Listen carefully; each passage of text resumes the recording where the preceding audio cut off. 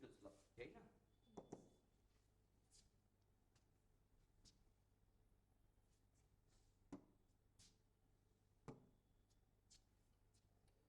तो मेरे पास लिखा तो हुआ है, लेकिन स्टोरी फिर से बनाते हैं शॉर्ट में, यही ना? फिर से हम लोग एक बार स्टोरी बनाते हैं।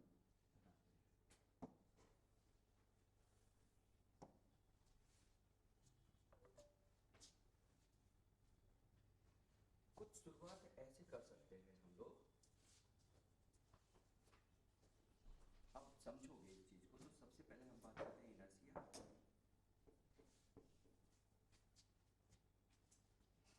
इनर्शिया से जुड़ा हुआ है, इनर्शिया जुड़ा हुआ है मास से, फिर इससे जुड़ेगा मोमेंटम या स्टेट। इनर्शिया से कौन जुड़ जाएगा? स्टेट। स्टेट का एक तरह से मेजर है मोमेंटम।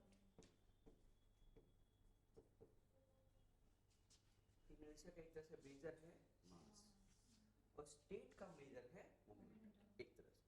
तो हम क्वालिटेटिव बात जब करते हैं, क्वालिटेटिव तो स्टेट बोलते हैं, जबकि क्वांटिटेटिव बात करते हैं तो मोमेंटम। सही। फिर बात आती है स्टेट चेंज की, कि स्टेट में चेंज करना है। दूसरे वर्ड्स में बात करते हैं मोमेंटम चेंज की, है ना? मोमेंटम चेंज की बात करते हैं। तो ये सीक्वेंस है, ठीक? Momentum change. जैसे हम मोमेंटम चेंज की बात करते हैं, केवल चेंज की बात करते हैं तो मोमेंटम चेंज होता है, लेकिन जब रेट ऑफ चेंज की बात करते हैं तो फोर्स हो जाता है। सही। केवल मोमेंटम चेंज की बात करते हैं तो वो अलग है, चेंज इन मोमेंटम है, चेंज इन स्टेट है एक तरह से। लेकिन जब रेट ऑफ चेंज की बात करते हैं तो फोर्स हो जाता है। जब फोर्स आ जाता है तो फोर्स के टाइप की बात करते हैं, फोर्स के टाइप। एक्सटेंडेड में पूरी फिजिक्स यही पढ़ाने की कोशिश करूं। पूरी फिजिक्स में हम पढ़ते क्या हैं, तो तुम देखोगे कि जब फोर्स की बात आती है तो फोर्स या तो कांस्टेंट हो सकता है या वेरिएबल हो सकता है।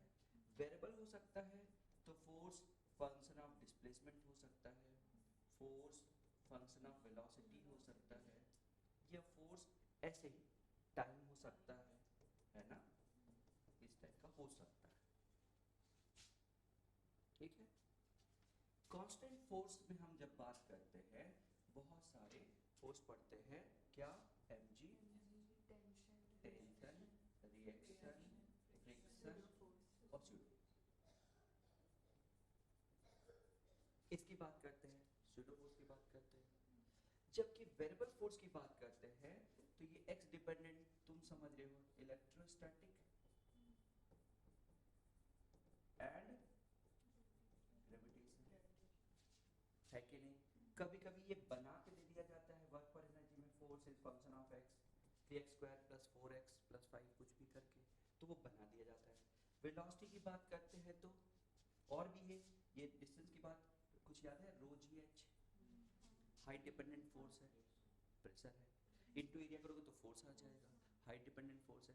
तो ये सब क्या है? डिस्टेंस डिपेंडेंट है, डिस्टेंस डिपेंडेंट या एक्स पोजीशन डिपेंडेंट है ना?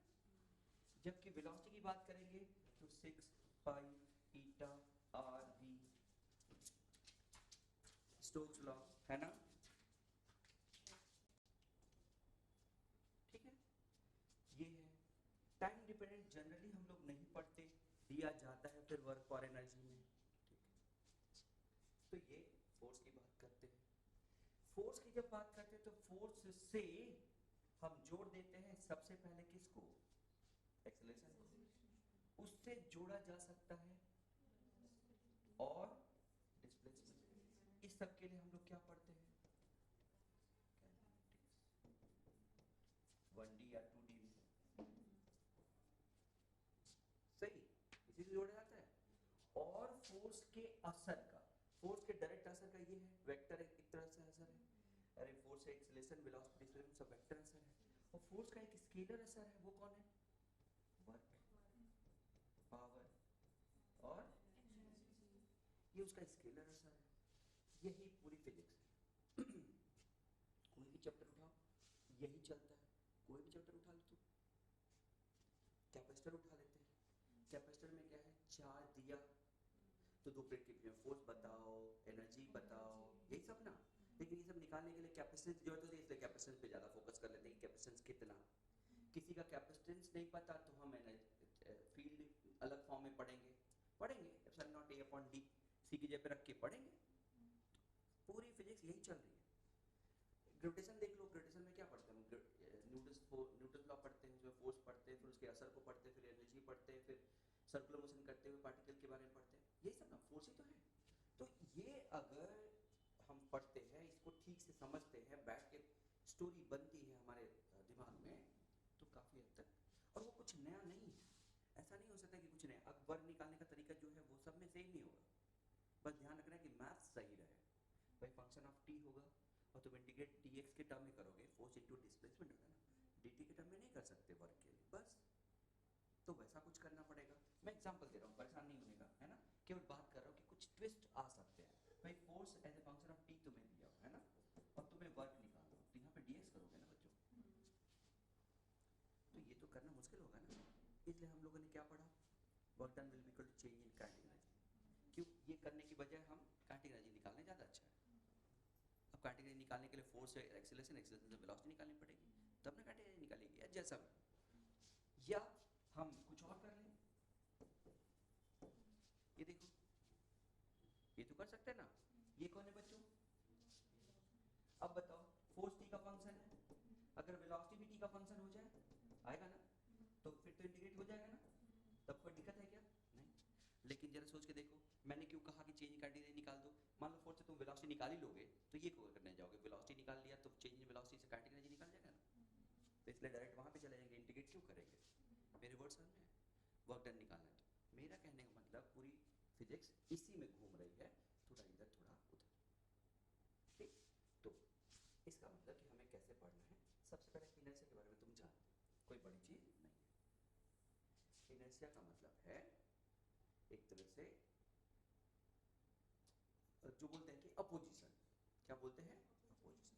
किसका अपोजिशन, अपोजिशन मतलब चेंज इन स्टेट के लिए responsible quantity, change in state के लिए रिस्पॉन्सिबल क्वांटिटी, सही है। इनर्शिया, इनर्शिया ज्यादा है तो चेंज स्टेट ज्यादा अपोज करेगा, इनर्शिया कम है तो चेंज स्टेट कम अपोज करेगा।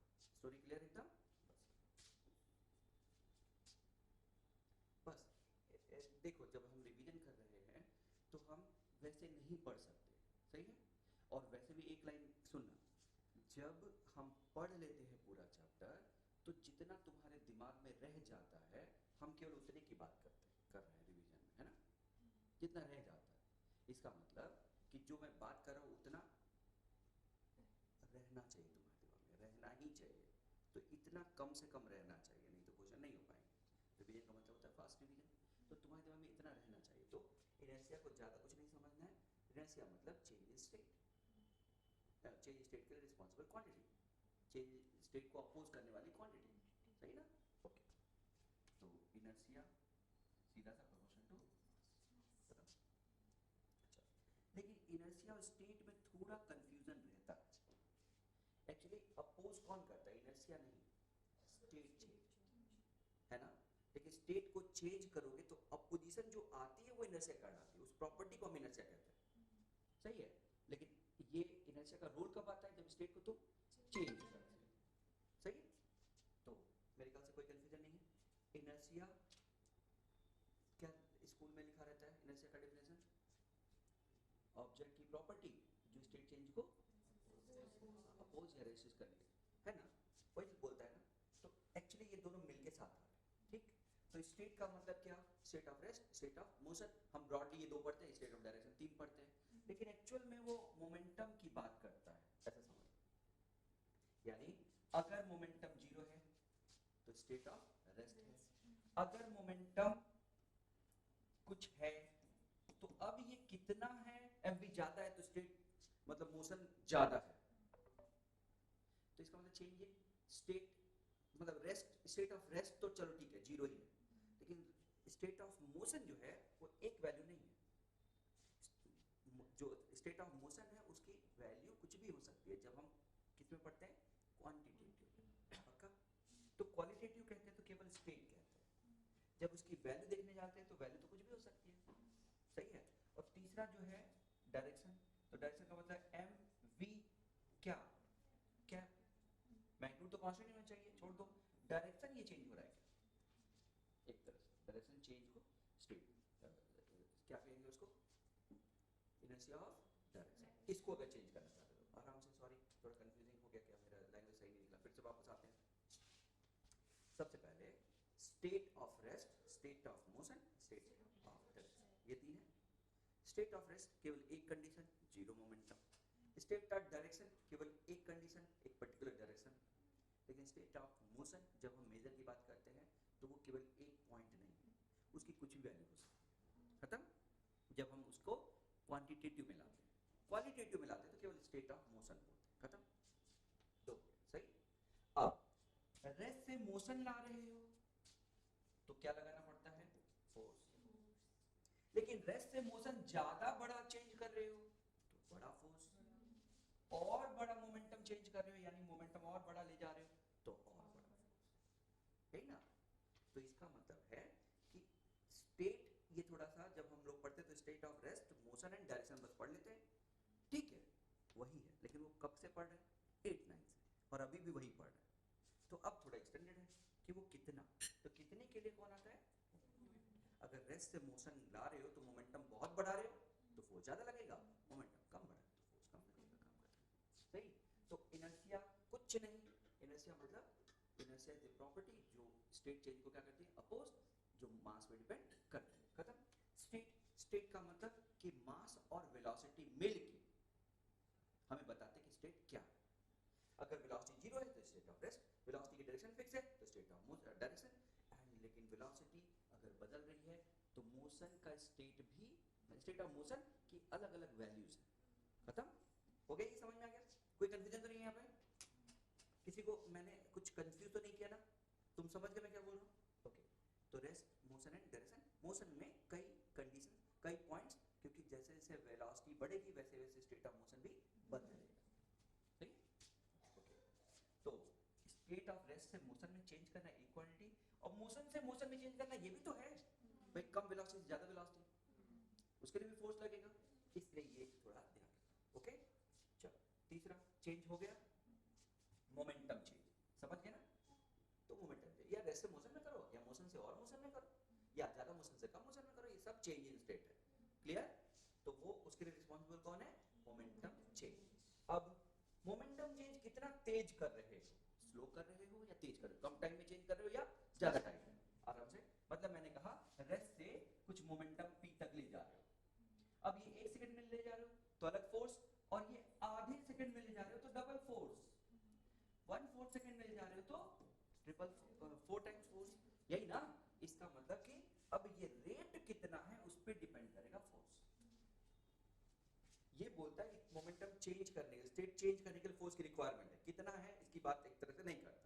अब यहाँ पे बात करता है कि कितने जल्दी कर रहे हो उसके हिसाब से फोर्स की रिक्वायरमेंट है, फोर्स ज्यादा लगेगा अगर रेट तेज, रेट समझ में आता है सबको, खत्म, कोई दिक्कत नहीं। तो ये तो हो गया तुम्हारा यहाँ। अब इस चैप्टर को, तो यहाँ है न्यूटन्स लॉ में जब हम चैप्टर पढ़ते हैं तो ये ऐसे रास्ता ऐसे चलता है और यहाँ पे जाके खत्म होता है, बस ये सब बाकी भी देखना पड़ता है, यहाँ पे तो केवल इतना, ठीक है। तो न्यूटन्स लॉ में हम कांस्टेंट फोर्स पढ़ते हैं क्योंकि ये शुरुआत है हमारा लेवल्स का एक तरह से, ठीक। इसका मतलब कि अगर हमें सही से इस चैप्टर को जानना है तो एक क्वेश्चन तो बनता है कि मोमेंटम से फोर्स कैसे निकालेंगे, किससे फोर्स, अब तो मोमेंटम से मैं फोर्स सीधा चला आता हूँ, ठीक है। तो हम इस तरह पढ़ रहे हैं, मोमेंटम से फोर्स सीधा, तो मोमेंटम से फोर्स निकालने के लिए पहले तुम्हें चेंज इन मोमेंटम निकालना पड़ेगा, चेंज इन,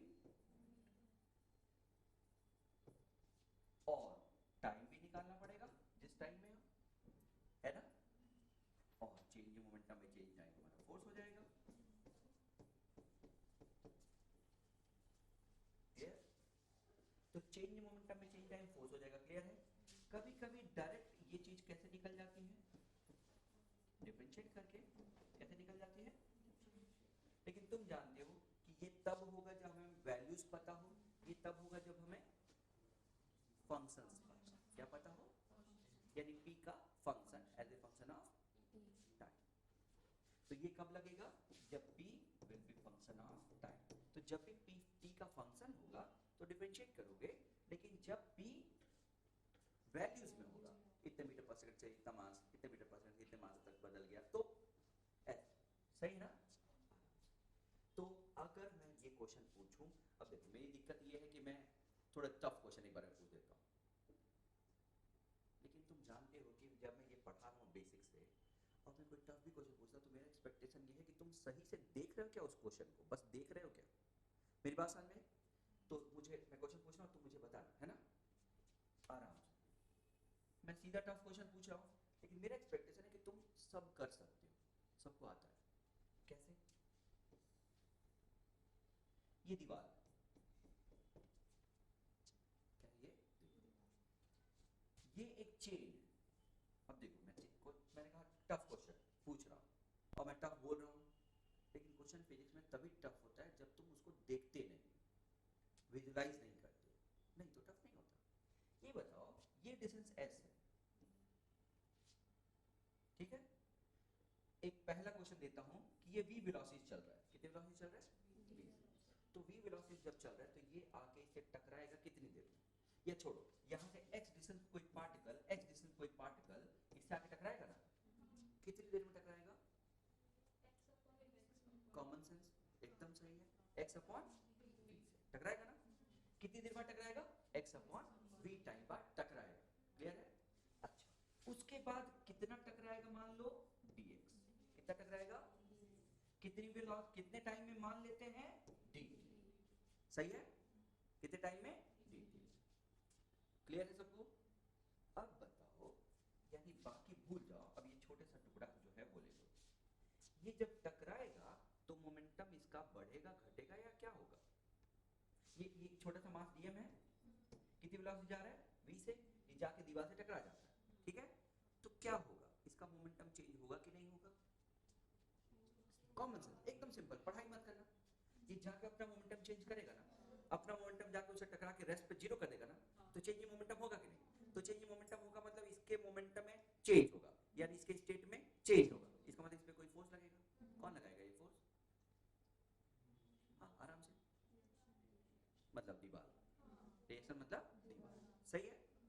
और ये दीवार को छोड़ देगा, तुम मुझे मारो मैं गांधी हूँ, ये भी मारेगा ना, तो दीवार एक थप्पड़ इसको मारेगा तो ये भी तो उतना ही थप्पड़ उसको मारेगा, एक्सीडेंट।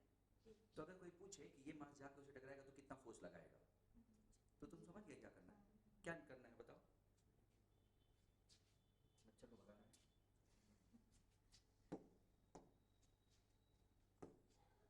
चलो भाई, ठीक है।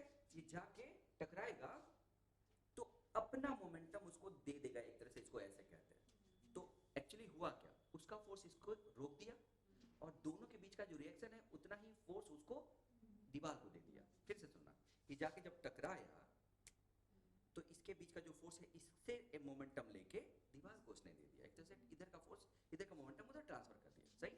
तो इससे लिया यानी इसका एनर्जी मोमेंटम कम हुआ, उसको दिया एक तरह से उसको मोमेंटम मिल गया, या फोर्स इस पे लगा रोकने के लिए और उस पे लगा आगे बढ़ने के लिए, भले ही ना बढ़े वो अलग बात। तुम समझ गए सिंपल सी चीज, ये टफ क्वेश्चन है कि आसान है।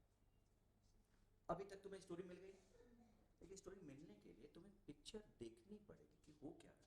अब तुम सुपरफिशियल ऊपर देखोगे तो शायद ये इंटरेस्ट ना आए, तुम्हें लगे इतना टफ है, पता नहीं क्या पढ़ाते रहते हैं। लेकिन मुझे लगता है कि एक टफ क्वेश्चन हमारे दिमाग के सारे, पता नहीं बायो में कुछ कहते हैं ना, पोर्स खोल देता है, समझ गए, दिमाग थोड़ा बढ़िया चले, सही है ना, बढ़िया दिमाग काम करता है। तो आराम से अब बात आती है, ठीक है मुझे स्टोरी तो मिल गई, लेकिन इस स्टोरी को मैथ्स में कैसे चेंज करो, प्रॉब्लम ये है ना, ये स्टोरी मैथ्स में चेंज कैसे करो, सही है। अब बताओ ये कितनी वेलोसिटी जा रहा है बच्चों, मास कितना टकरा रहा है, dt टाइम में कितना मास टकरा रहा है, dx, तो वो dt कितना है, चलो छोड़ दो, क्लियर है इतना यहाँ तक, कितना मास जा रहा है, कुल मास m है, लेंथ l है, मान लो इसे रॉड की, तो m मास है कितने लेंथ का बच्चों, l, हमने कितना मास टकराया dx, तो यही तो वो मास है जो टकराया, और कितनी वेलोसिटी टकराया v से, ये इनिशियल मोमेंटम था ना, और फाइनल मोमेंटम कितना रेस्ट पे आ गया ना, तो चेंज इन मोमेंटम ये हुआ। वैसे फाइनल मास इनिशियल होता है, मैं वैल्यू की बात कर रहा हूँ, सही ना।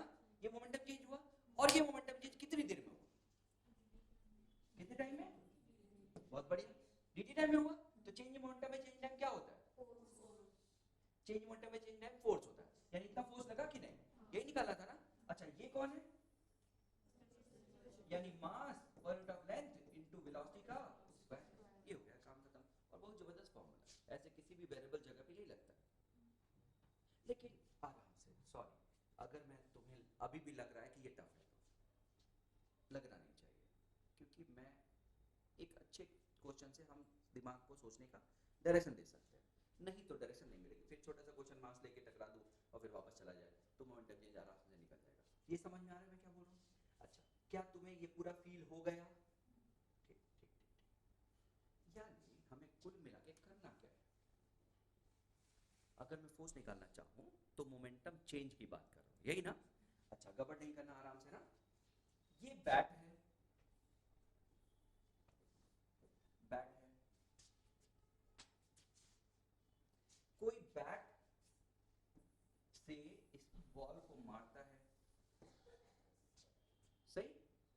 अच्छा मास m, बॉल का मास कितना है m, वेलोसिटी v से चला आ रहा है, और आसान करने के लिए v से ही चला जाता है। चलो बैट क्या करता है नहीं पता, v से ही चला जाता है, खत्म।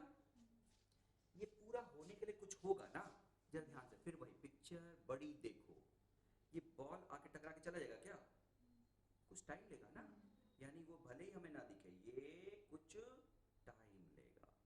यानी यहाँ तक मोमेंटम कोई चेंज नहीं हुआ, अब चेंज हो रहा है, हो रहा है, हो रहा है, जीरो हो गया, फिर से मोमेंटम बदल रहा है, बदल रहा है, बदल रहा है, पीछे चला गया।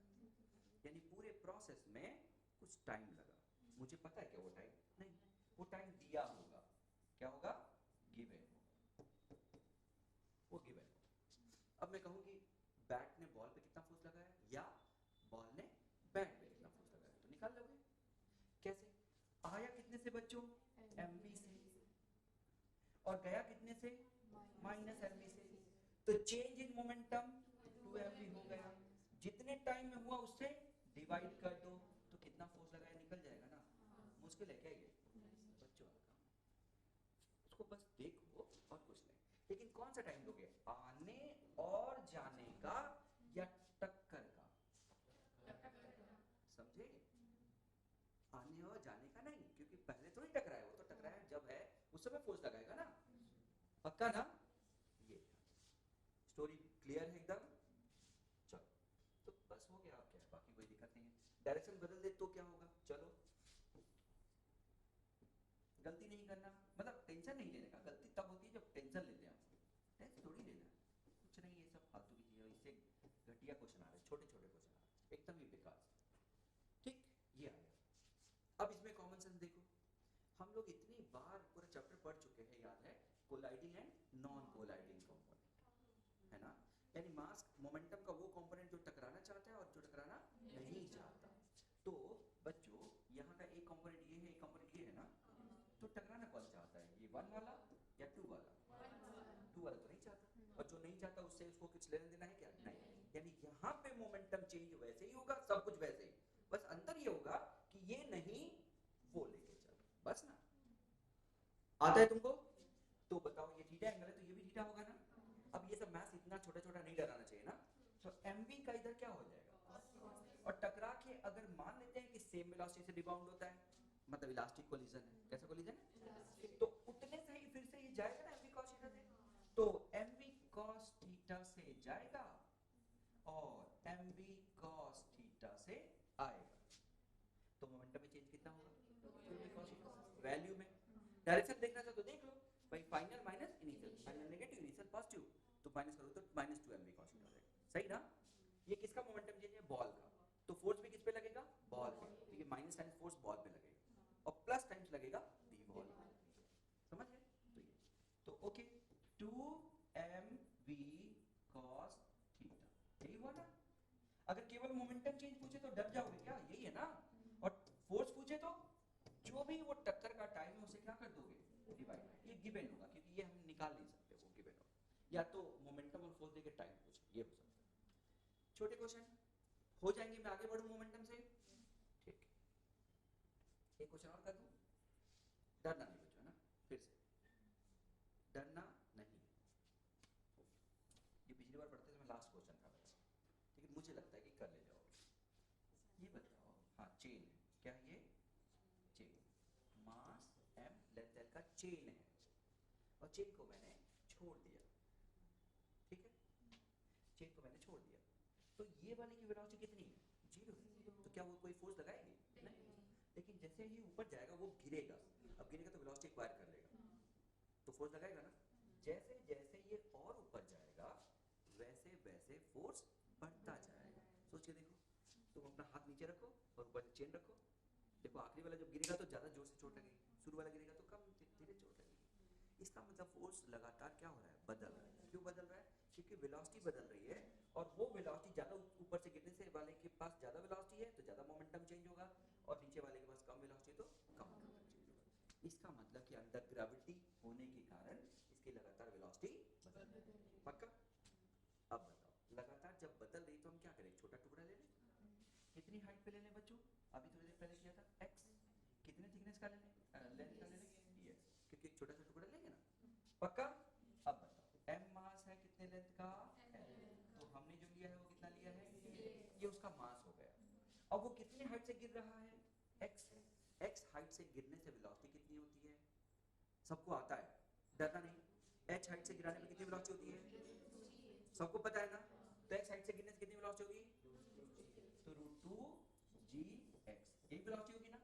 तो मास इनटू वेलोसिटी, यही ना, अपॉन ये dt कौन सा है, यहां से यहां तक जाने का या टकराने का, टकराने का, जाने का नहीं।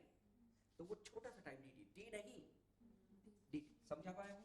लेकिन ये कौन है बच्चों, जिससे ये छोटा सा टुकड़ा टकराता है, तो वो छोटा सा टुकड़ा तो इससे टकराता है ना, तो ये भी तो वही होगा ना। बोलो बच्चों, यही हो गया कौन, फोर्स। टफ है क्या, अरे टफ तो कुछ होता ही नहीं है, मुझे नहीं पता, बस बच्चों को क्यों लगता है।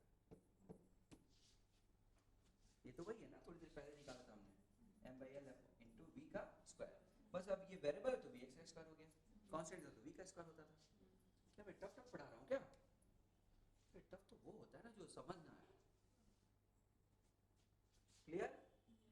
ऐसे बोल बोल के सब पढ़ा देते हैं, उसके बाद नहीं, उसके बाद समझ नहीं आता कि क्या पढ़े। अरे भाई मैं पढ़ा थोड़ी रहा हूँ, मैं तो तुम्हारे दिमाग को सोचना सिखा रहा हूँ। पढ़ाना क्या होता है, सही है। मेरा तो हमेशा कोशिश है कि तुम्हें सोचना सिखाऊं कि कैसे सोचते हैं। एक एक चीज देख के बड़ा देखना होता है, बड़ा बड़ा देखना होता है, उसके एक एक पॉइंट को ऑब्जर्व करना होता है। एग्जाम में बैठ के नहीं, यहाँ पे एग्जाम में वो काम आता है अगर तुम दिमाग लगाते हो, लेकिन तब ना जब ये सोचा हुआ यूज करो। लेकिन एग्जाम आते ही वो सोचा हुआ बॉक्स बंद होकर ताला लग जाता है किनारे, और केवल उस पर विश्वास आता है जो हमें रटा हुआ है। यही हो रहा है ना, सही बोलो। मैक्सिमम लोगों के साथ यही हो रहा है कि दिमाग लगाने की हिम्मत ही नहीं रहती वहाँ पे। कौन लगाए, जो आता है बस उतना करके काम खत्म करो, है ना। नहीं ठीक है, ये चेंज करो नहीं तो दिक्कत होगी ना। इतना आसान पेपर आता है, थोड़ा सा तुम लोग, बहुत आसान। चल हो गया ये। इसके बाद आता है, ठीक है ये समझ में आ गया rate of change of momentum. इसके बाद एक छोटा सा फॉर्मूला डिराइव कर देते हो, जब रटा होना चाहिए, वाटर जेट के कारण फोर्स। तो जो अभी किया है वही, तो चलो। अरे भाई अभी हमने ऐसा क्या किया था, एक छेल गिराया था या फेंका था, अब ये उसकी जगह पे वाटर जेट है जो नोजल से निकल के टकरा रहा है, तो भाई क्या फोर्स अलग हो जाएगा, वही होगा। तो कितना फोर्स होगा बताओ, m/l इंटू v स्क्वायर। ये लगातार v वेलोसिटी चल रहा है, एक्सीलरेट भी नहीं हो रहा है, तो यही होगा ना। हम प्रूव कर सकते हैं, करूँ क्या मैं, वैसे है ना, छोटा सा टुकड़ा ले लो, छोटा सा x डिस्टेंस पे टुकड़ा ले लो दीवार से, है ना। वो x डिस्टेंस का जो टुकड़ा है उसका मास निकाल लो, मास इंटू वेलोसिटी कर लो, टाइम से डिवाइड कर दो, वही आएगा, सही ना। ये मास क्या है बच्चों, ये भी एक फॉर्मूला है, रट गया ये तो। और एक मास की वैल्यू बताओ, मास कितना, मास पर लेंथ चाहिए ना, तो कितने लेंथ का मास चाहिए, l लेंथ का।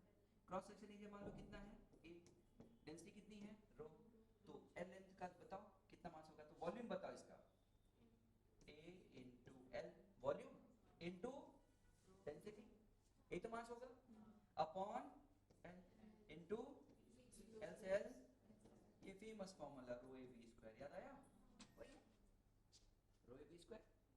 कहाँ पढ़ा था अभी लेटेस्ट, पढ़ा था कहीं यहाँ पे आसपास, कहाँ, रेनॉल्ड्स नंबर, बहुत बढ़िया, याद है रेनॉल्ड्स नंबर, नहीं, Reynolds number is the ratio of inertial force per unit of area to viscous force per unit of area, अभी तो पढ़ा था लास्ट में, rho A v square per unit of area to viscous force कौन सा, Newton से भागा, eta dv by dh into a per unit of area, ये वाला एरिया कौन सा होता है, टेंजेंशियल एरिया, जबकि ये कौन सा होता है, क्रॉस सेक्शन एरिया, कट गया, और ये dv by dh v by h हो जाता है, v बाई d हो जाता है डायमीटर ऑफ पाइप के लिए, है ना, हाँ उसमें गलत किया था मैंने, सॉरी बच्चों, वहां पे ठीक कर दो, सही है, रो v, एक b से b कटेगा, d डायमीटर अपॉन ईटा, ये रेनॉल्ड्स नंबर है, तो Reynolds number inertial force per unit of area to viscous force per unit of area का रेशियो है, अगर इतना नहीं चाहिए तो कम से कम इतना तो याद करो कि ये फोर्स पर यूनिट एरिया का रेशियो है, इसलिए वो डायमेंशनलेस है। अच्छा मैंने तुम्हें लिखवा दिया था, काफी कंफ्यूजिंग है ये, है ना, मैं नेट पे कुछ लोग और कंफ्यूज थे तो मैंने ढूंढा फिर नेट पे, मैं भूल गया हूँ, असल में ये चैनल और पाइप फ्लो अलग अलग टाइप का फ्लो होता है, उसके लिए तो कंफ्यूजन यहाँ का उधर, उधर का इधर हो जाता है, तो याद रखो मैंने लिखवाया था 1000 से कम में लैमिनार, 1000 से 2000 टर्बुलेंट नहीं ट्रांजिशन, और 2000 से ज्यादा टर्बुलेंट, ये 2000 से 3000 ट्रांजिशन है, तो 2000 से कम वो चैनल फ्लो का हो सकता है, तो मुझे नहीं पता, वो थोड़ा भूल गया हूँ, 2000 से कम लैमिनार, 2000 से 3000 ट्रांजिशन, और 3000 से ज्यादा, याद है, एनसीईआरटी में पहले दिया था अब हट गया, प्रॉब्लम ये, इसलिए कंफ्यूजन हवा में तैर रहा है, एनसीईआरटी रहते तो रट लेते लोग, समझ गए, तो एनसीईआरटी में पहले लिखा था, इसलिए मैंने पता नहीं कहाँ से जहाँ से भी याद किया हो, मेरे ख्याल से एनसीईआरटी सही रहा होगा, अब नहीं है, लेकिन अभी मैंने फिर ढूंढा तो नहीं मिला ये, तो ये नंबर नहीं मिला, लेकिन नेट पे जगह जगह है, और आउट ऑफ कोर्स बहुत आ रहा है इस समय, मुझे तो लगता है कि वो किसी ने पेपर ने किसी ने टिक किया था कि ये चीज़ नहीं देनी है, और पेपर वाले ने समझ लिया कि ये चीज़ देनी है, बात समझ में, हाँ समझदार है ना, नेट कौन वाले, एनटीए वाले, तुम्हारे साथ भी ऐसा हो सकता है, देख लेना, अरे भाई 100% आरसी सर्किट कब से निकला है, 2-3 साल हो गए, आरसी सर्किट दिया है, सही है, और भी बहुत कुछ दे रहा है, आउट ऑफ कोर्स तो जम के दे रहा है, तुम देख लो नेट पे, आए हुए क्वेश्चन देखो, मैं तो कहूँगा शाम को आओगे तो मैं खाली हूँ, नहीं आज नहीं खाली, कल खाली रहूँगा, तो मैं आए हुए क्वेश्चन को, हम लोग मेंस के आए हुए क्वेश्चन को देख लें, कम से कम तुम्हें पता चलेगा कि पेपर बना कैसे रहा है, एकदम उस सारे वो क्वेश्चन दे रहे हैं जो कोर्स में नहीं, सारे, एक दो नहीं, सारे बोल रहा हूँ, मैं तो फिर से पढ़ाना चाह रहा हूँ, मुझे लग रहा है कि बुला के पढ़ाना पड़ेगा मुझे, जो जो चीज़ नहीं पढ़ाई है वो, समझ गए, तो एकदम तैयार हो इसके लिए, भाई वो इतना सिंसियर नहीं, उतना समझदार नहीं है, वो किसी ना, मुझे लग रहा है किसी एजेंसी को दे देते हैं, गवर्नमेंट खुद तो पेपर बनाएगी नहीं, मोदी तो पढ़े वाले लिखे है नहीं उतना, तो फिर क्या होगा, वो किसी एजेंसी को दिए हैं, एजेंसी को दिए तो क्या होगा, एजेंसी अपने मन का कुछ भी कर रही है और चेक करने वाला कोई नहीं, और बच्चे भी शांत रहते, प्रॉब्लम ये करेंगे क्या, एनटीए में, अरे नीट में इतना अपोज हुआ तभी कुछ हुआ तुम्हें, ठीक है, कुल मिला के तुम्हें ये नहीं सोचना है कि क्या नोट वो है, हमें सब पढ़ना है, पढ़ लेना, एक दो क्वेश्चन में तो निपट जा रहा है सब कुछ, दो क्वेश्चन आउट ऑफ कोर्स दे देंगे तो काम खत्म हो जाएगा, चलिए आगे बढ़ते हैं। तो हो गया हमारा मोमेंटम से जुड़ा हुआ, अब बात किससे जुड़ी हो गया है, ये फोर्स से, तो फोर्स से क्या मतलब, टाइप ऑफ फोर्स, भाई mg, जानते हो mg क्यों इंपॉर्टेंट है, ये बताता है कि मैं हमेशा एकदम सीधा वर्टिकल रहता हूँ, तो ये और कुछ नहीं, एक एक्सिस का काम करता है, वाई एक्सिस का हमेशा, जिसे रिजॉल्व करना आसान हो जाता है, बस इतना सा, तो वैल्यू में हमेशा mg और एकदम वर्टिकल, तो कहीं पे भी एकदम वर्टिकल ही बनाना, एकदम कॉन्फिडेंस है। दूसरा टेंशन, नेचुरल है, ये धागे में है ना, धागे में धागा आराम से, कभी भी धागे से हम धक्का नहीं दे सकते, केवल क्या कर सकते हैं, खींच सकते हैं, खत्म। धागे से धक्का नहीं दे सकते, केवल क्या कर सकते हैं, इसका मतलब धागा फोर्स कभी भी कैसे लगाएगा, अवे फ्रॉम द बॉडी या अपनी तरफ, केवल खींचेगा ना, हमेशा अपनी तरफ। बात खत्म करो।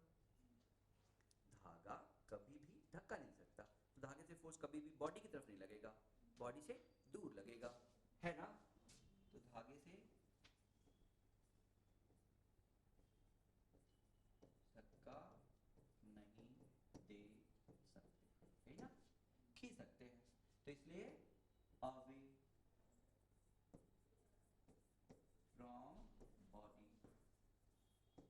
धागा हमेशा खींच सकता है अवे फ्रॉम बॉडी, खत्म। सही है। तो जैसे कभी कभी एक मास है, उसके बगल में एक रॉड लगा के उस पे फोर्स लगा देते हैं, तो अगर ये रॉड मासलेस है,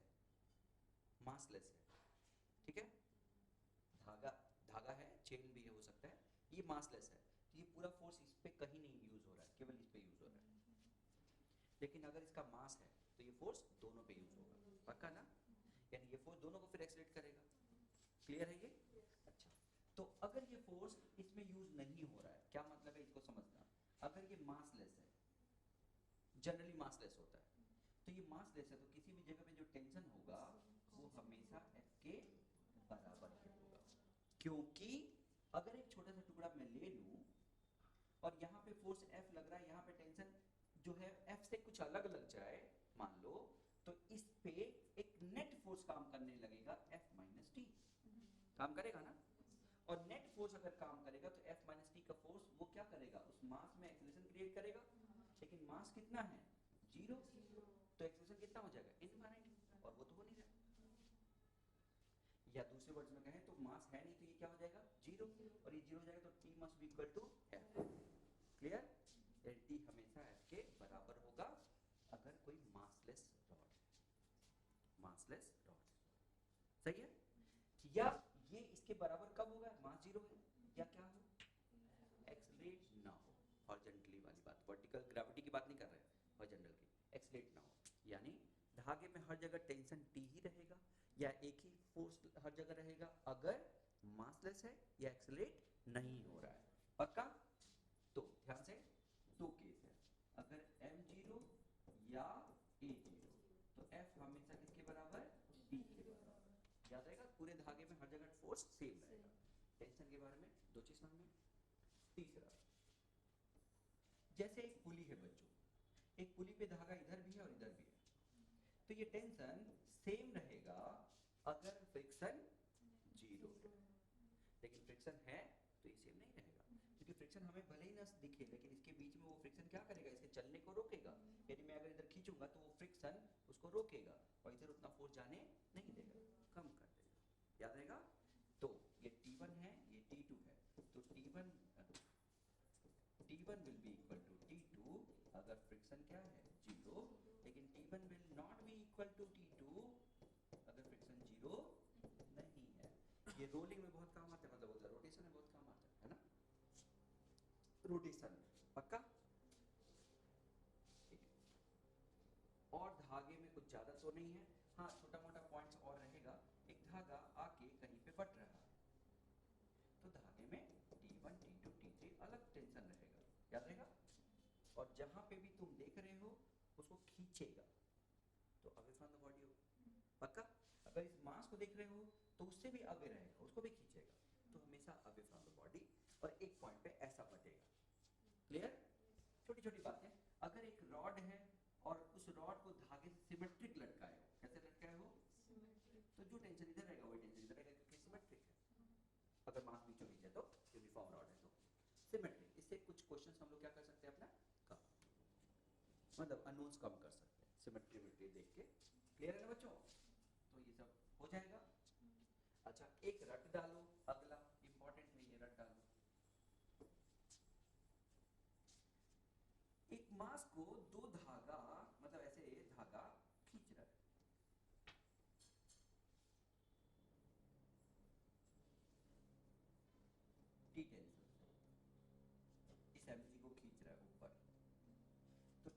थीटा, टी का कॉस थीटा mg के बराबर होगा।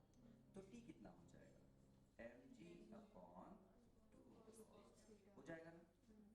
यहाँ से साफ साफ दिख रहा है कि थीटा अगर बढ़ेगा तो कॉस थीटा घटेगा, कॉस थीटा कॉस 90 जीरो होता है, पक्का ना। और कॉस थीटा घटेगा तो टेंशन बढ़ेगा। ये याद कर लो, कई बार हो सकता है कि ये देखते ही तुम कर लो और टाइम बच जाए तुम्हारा। तो जैसे जैसे टेंशन बढ़ाता जाएगा वैसे वैसे जैसे जैसे एंगल बढ़ाता जाएगा वैसे वैसे टेंशन भी बढ़ता जाएगा। क्लियर है, एंगल के साथ टेंशन भी बढ़ेगा। तो एक ऐसी वर्मा का क्वेश्चन है कि तुम्हारा दोस्त गड्ढे में गिर जाता है और तुम उसको दो लोग इधर और इधर से खींच के ऊपर लाने की कोशिश करते हो, तो क्या तुम खींच पाओगे? क्योंकि जैसे जैसे ऊपर जाओगे वैसे वैसे एंगल क्या होता जाएगा, बढ़ता जाएगा। और एकदम ऊपर खींचने के लिए 90 होना चाहिए और cos 90 जीरो होता है, तो इनफाइनाइट फोर्स लगाना पड़ेगा और वो पॉसिबल नहीं, तो तुम बाहर नहीं खींच पाओगे। तो अच्छा क्या होगा, एक ही धागे से खींचो एक तरफ से, कितना फोर्स लगाना पड़ेगा, mg के बराबर। सही है, कोई प्रॉब्लम? समझ गए? तो ये टेंशन का काम खत्म। रिएक्शन और कुछ तो नहीं है टेंशन में, लगता है किसी को? मेरे ख्याल से तो और कुछ खास नहीं है टेंशन, है ना? हाँ चलो करा देते हैं, लेकिन वो ठीक है, ओके कोई दिक्कत नहीं, कर लेते हैं। कई बार ऐसा बोलता है, तुम सोचना ना, ये एक मंकी है, ये अगर केवल रस्सी को पकड़ के रखा है तो क्यों पकड़ के रखा है, क्योंकि mg टेंशन से क्या है, बैलेंस। लेकिन अगर मैं ऊपर जाना चाहता हूँ, एक्सीलरेट नहीं जाना चाहता हूँ, तो क्या एक्स्ट्रा फोर्स लगाना पड़ेगा? नहीं। वेलोसिटी एक्सीलरेशन के लिए एक्स्ट्रा फोर्स लगाना पड़ेगा, वेलोसिटी के लिए नहीं। याद रहेगा? तो अगर ये मंकी ऊपर धीरे धीरे कांस्टेंट वेलोसिटी चलना चाहता है तो कोई फोर्स नहीं लगाना पड़ेगा एक्स्ट्रा, याद रहेगा। लेकिन अगर ये मंकी एक्सीलरेट करना चाहता है तो सोच के देखो, फील आ रहा है मैं क्या बोल रहा हूँ? तुम्हें अगर रस्सी से ऊपर चढ़ना है तो खींचना पड़ेगा, तो तुम्हारे हाथ में तुम्हें फोर्स महसूस हो रहा है, तो धागे में तो फोर्स महसूस हो रहा होगा ना, तो वो एक्स्ट्रा फोर्स लगाना पड़ेगा अकॉर्डिंगली कि तुम according to acceleration, your acceleration ये कितना चाहते हो। तो उस कंडीशन में मान लो अगर ये ऊपर एक्सीलरेट हो रहा है ऊपर, तो धागे को खींचना पड़ेगा, और धागे को खींचने के लिए अपने हाथ से उस पर फोर्स लगाएगा, तो उतना ही फोर्स धागे में जाएगा, है ना। तो क्या कमाने वाला T माइनस mg, T ले जाने वाला, और कौन रोक रहा है इसको, दोनों का नेट डिफरेंस ही ma देगा। यानी अगर A से एक्सीलरेट करना चाहते हो बच्चों तो ma प्लस mg के बराबर फोर्स लगाना पड़ेगा। अगर एक्सीलरेट नहीं होना चाहते हो तो केवल mg लगाना पड़ेगा। लेकिन एक बार क्वेश्चन ऐसे आता है, जैसे मान लो दे दे कि धागा जो है 500 न्यूटन का मैक्सिमम फोर्स सह सकता है, तो मैक्सिमम एक्सेलरेशन क्या है, यानी टी की वैल्यू क्या रख दोगे 500 और उससे निकाल लोगे। सही है। कभी कभी देता है कि धागा 500 सह सकता है जबकि ये आदमी 700 का है, न्यूटन का है, तो क्या करेगा, धागा ना टूटे। धागा कितना सह सकता है 500 न्यूटन, आदमी कितने वेट का है 700, और धागे से मतलब उस रस्सी से उतर रहा है बोल दिया मैंने आंसर। धागा ना टूटे उसके लिए क्या करना पड़ेगा, एक्सीलरेट होके उतरना पड़ेगा नीचे, समझे। तो कैसे करना पड़ेगा, mg माइनस टी, नीचे उतरना चाहिए ना, इक्वल टू ma, तो t हो जाएगा mg माइनस ma। यानी धागा देखो ऐसे, छत से तुम नीचे उतरना चाहते हो, डायरेक्ट कूद जाओगे तो टांग टूट जाएगी मान लो, ऐसा बोल दे। लेकिन एक धागा है जो सड़ा हुआ है, उसका हेल्प लेके उतरना है, तो एटलीस्ट तुम्हारा mg पूरा तुम्हें एक्सीलरेट करने में काम नहीं आएगा, कम से कम ma करेगा, मतलब ma कुछ होगा तो धागा भी सेफ रहेगा और मैं भी सेफ रहूंगा, क्योंकि मैं धीरे धीरे एक्सीलरेट होऊंगा नीचे। मेरी बात समझ में आ रही है, ये लाइन मैं उतरूंगा तो थोड़ा ऐसे उतरूंगा, समझ गए, एक्सीलरेट ए करके, है ना। तो जब ए से एक्सीलरेट होकर उतरूंगा, पूरा वेट नहीं लगाऊंगा, पूरा वेट लगाऊंगा तो पहले टूट जाएगा, तो मैं नीचे की तरफ एक्सीलरेट होऊंगा किसी से इतने से कि mg में से वो ma नीचे वाला माइनस होकर उतना हो जाए जितना कि, समझा पाया। फिर से सुनो, अगर डायरेक्ट कूद जाऊं तो mg मुझे एक्सीलरेट करेगा 10 न्यूटन, लेकिन अभी क्या है, ये कितना है 500, ये कितना है 10 न्यूटन, मतलब मैं 100 किलो का हूँ, सही ना। आराम से एक मिनट, मान लो मैं 100 किलो का मान लो, और टेंशन कितना हो सकता है 500, कैलकुलेशन आसान करने के लिए mg 100 है, मतलब mg 100 है, सॉरी m 100 है तो mg कितना हो जाएगा 1000। 1000 से अगर डायरेक्ट मैं कूदूं तो 1000 मुझे एक्सीलरेट करेगा ना, यानी g से एक्सीलरेट होगा। लेकिन इस धागे का सहारा लूं जो 500 का मुझे सपोर्ट दे रहा है, तो mg 1000 500, तो अब मेरा ma कितना होगा 500, और ma 500 होगा तो ये कितना होगा 5। पहले कितने से था 10 से, अब कितने से, तो 10 से अगर मैं कूदता हूँ तो टांग टूटने के चांसेस ज़्यादा है, 5 से अगर कूदूंगा तो यानी 5 से उतरूंगा तो थोड़ा सेफ रहेगा, यानी मैं अपनी सेफ्टी के लिए इसको यूज़ कर सकता हूँ, ऐसा। तो क्वेश्चन एस सी वर्मा का आखिरी क्वेश्चन है कि एक बंदर है, मदर बंदर, और उसका बच्चा उसकी पूंछ पे लटका हुआ है, सही है। इस पूंछ की एक टेंशन है अपनी टी, जितना मैक्सिमम सह सकता है, तो ये बंदर कितने से एक्सीलरेट हो कि उसकी पूंछ ना टूटे, जबकि उसका बच्चा यहाँ पे लटका हुआ है। सेम क्वेश्चन, मैक्सिमम कितने से एक्सीलरेट होगा, तो कितने से एक्सीलरेट होगा वो उतने से ये भी एक्सीलरेट होगा, तो t minus m g equal to m a, t की वैल्यू रख दो जिस पे टूट जाएगा तो मैक्सिमम एक्सेलेरेशन निकल जाएगा। पक्का ना, बोलो बच्चों, आगे बढ़े, काम खत्म करें, टेंशन खत्म।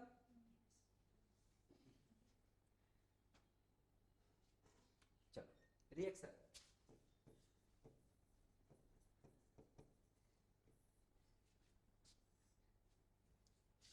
क्या ये सब बताना है कि इंटरमॉलिक्यूलर फोर्स है, वो तो नोट्स में देख लेना छोटे मोटे पॉइंट्स। मैं तो मैंने कहा ना वो जो तुम्हें याद रहना चाहिए। नेचर में 4 फोर्स होते, पता है तुमको, ये कौन सा वाला फोर्स है, इलेक्ट्रोमैग्नेटिक फोर्स, इलेक्ट्रोमैग्नेटिक, ग्रेविटेशनल तो हो नहीं सकता, इलेक्ट्रोमैग्नेटिक है, और बाकी दो तो न्यूक्लियस के अंदर के हैं, है ना, न्यूक्लियर फोर्स है, तो ये इलेक्ट्रोमैग्नेटिक। ये सारे फोर्स जो हम पढ़ रहे हैं, फ्रिक्शन, रिएक्शन, टेंशन, सब इलेक्ट्रोमैग्नेटिक। तो रिएक्शन कांटेक्ट पे लगता है ना,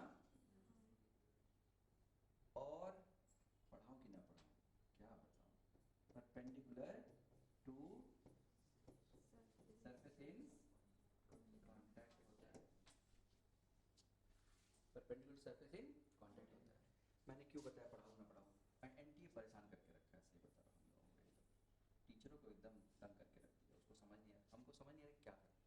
क्वेश्चन ये था पिछले साल, दो आदमी हैं, एक रॉड को लेके जा रहे हैं, सही है, तो रॉड को ले जा रहे हैं, बीचों बीच mg है, तो नेचुरली दोनों पे बटेगा, तो रिएक्शन कितना हो गया mg/2। अब बोलता है कि एक आदमी यहाँ से हटा और रॉड को ऐसे रख दिया, कह रहा है अब रिएक्शन कितना होगा, तो वो बोल रहा है mg/2 ही होगा।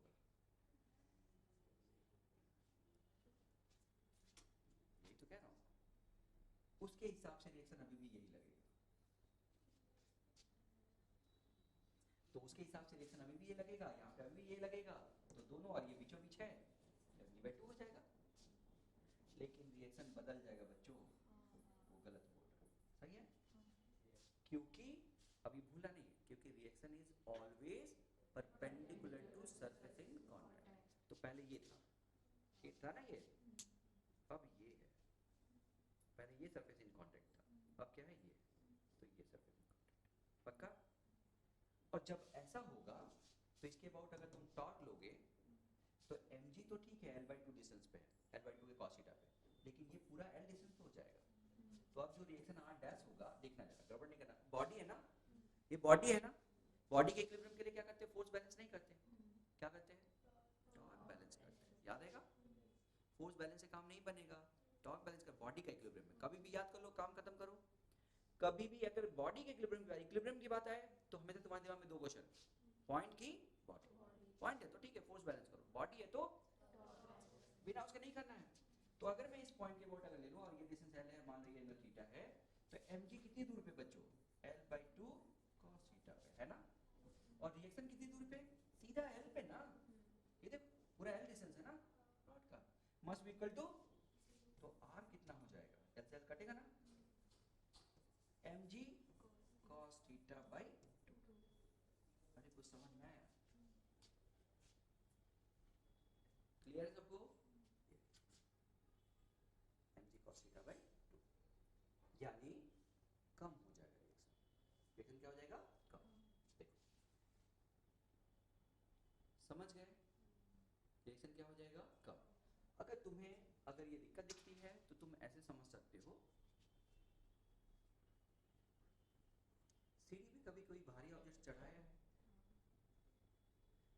सीढ़ी पे चढ़ाते समय, तो कभी तुम उस साइड रहते हो और कभी तुम इस साइड रहते हो, क्या फील किया है, कब ज्यादा वेट है, जब तुम नीचे रहते हो तब या जब तुम ऊपर रहते हो तब?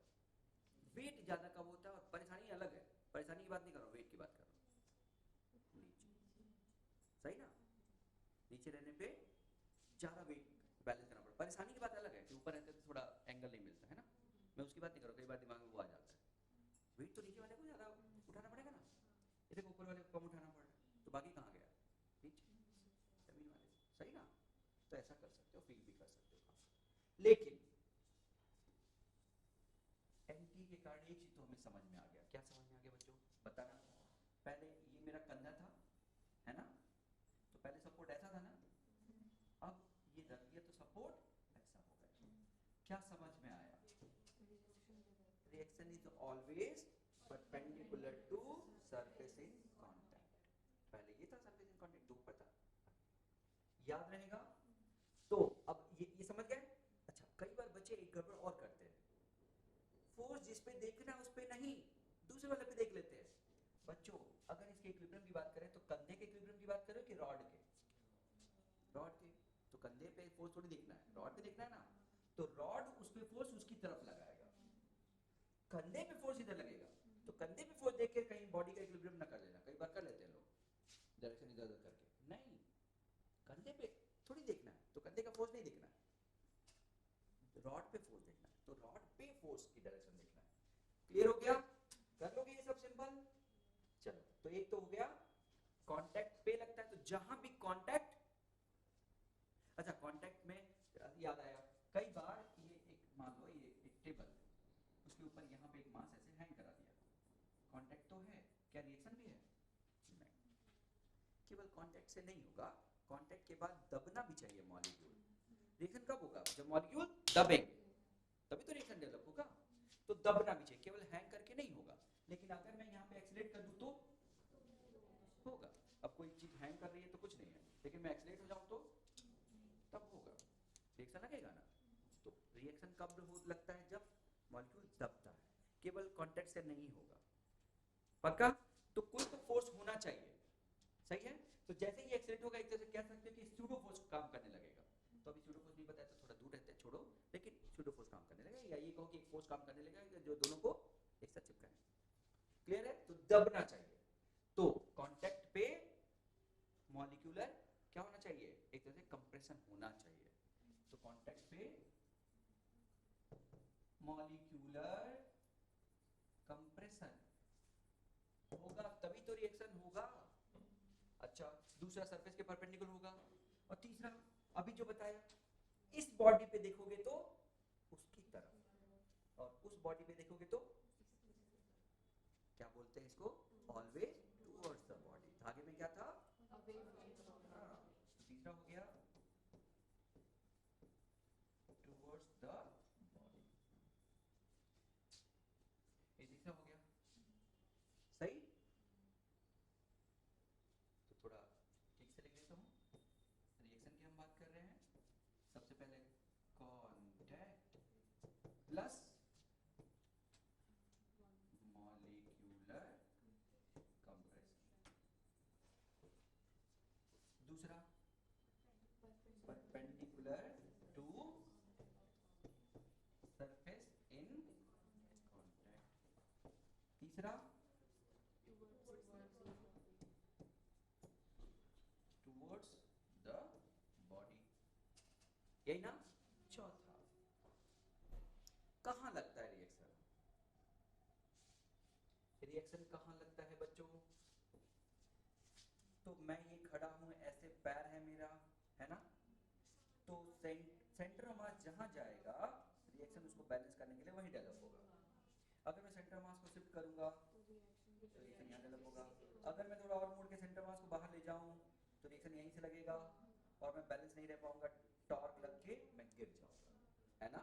यानी अगर मेरा वेट सेंटर मास बाहर चला गया तो अब मैं रुक नहीं सकता, क्योंकि मेरा मास mg वेट और रिएक्शन मिलके टॉर्क लगाएंगे, जो टॉर्क मुझे टॉपेल कर देंगे, क्या कर देंगे, टॉपेल कर देंगे, टॉपलिंग याद रहेगा, टॉपेल करने के लिए रिएक्शन के कारण टॉर्क mg के टॉर्क से ज्यादा हो जाएगा, उल्टा mg का टॉर्क रिएक्शन के टॉर्क से ज्यादा हो जाएगा, ऐसा कुछ हो जाएगा, सही ना? जो गिराने वाला है उसका टॉर्क ज्यादा हो जाएगा। पक्का समझ में आया? तो इसका मतलब यहाँ पे एक चीज तो पक्का है कि रिएक्शन की जगह फिक्स नहीं होती, रिएक्शन अपने आप को एडजस्ट कर लेता है ना? तो पोजीशन ऑफ रिएक्शन में चेंज, मैं क्यों कह रहा हूं? अगर तुम चेंज करोगे तब चेंज होगा ना, बाकी पैरामीटर चेंज करोगे तब चेंज होगा, नहीं तो नहीं होगा। पक्का ना बच्चों? पोजीशन ऑफ रिएक्शन में चेंज, कोई दिक्कत? अच्छा, तो इसी का काम है, ये जो टॉपलिंग है ये इसी का इफेक्ट है। तो mg अगर यहां पे रखा,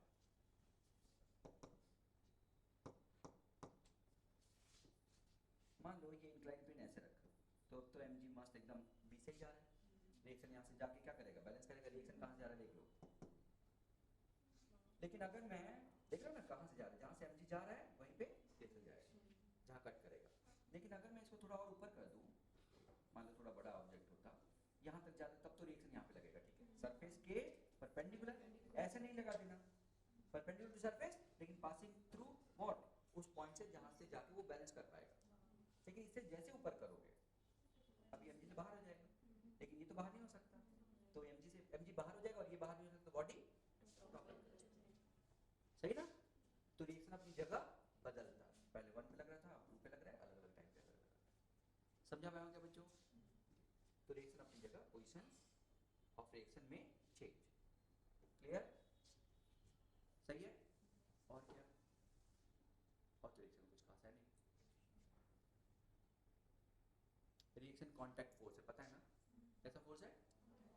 फ्रिक्शन भी कैसा फोर्स है? तो अगर कांटेक्ट फोर्स पूछे तो इसका मतलब क्या है? रिएक्शन और फ्रिक्शन का रिजल्टेंट, याद रहेगा? Is a contact force, reaction is a contact force. कोई कंफ्यूजन हो जाएगा?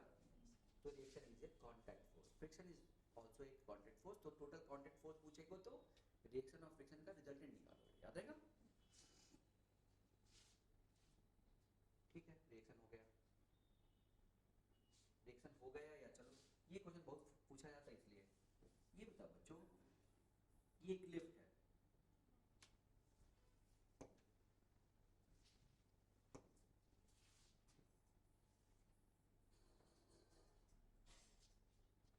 ये लिफ्ट है। अब इसमें पॉसिबिलिटी क्या है देखना, वेलोसिटी और एक्सेलरेशन की पॉसिबिलिटी, ठीक है?